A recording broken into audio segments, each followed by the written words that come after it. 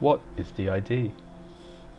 Dissociative identity disorder is a rare and complex mental disorder where a person experiences having two or more distinct identity or personality states.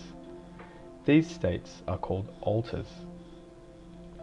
It is a complicated psychological condition that develops in response to extreme trauma or childhood abuse or neglect.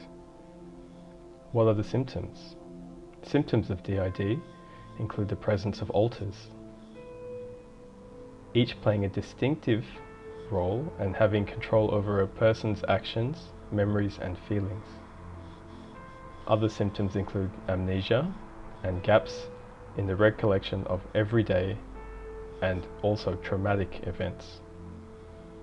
DID is diagnosed in about 1.5% of the global population. Of that 1.5%, about 90% of cases have a history of neglect or childhood abuse, while about 10% are linked to experiences of war.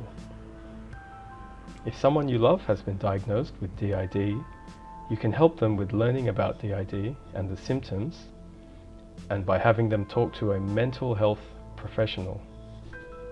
Experiences of DID can be challenging, but with the help of healthcare providers, family members, and close friends, sufferers can still live a meaningful life.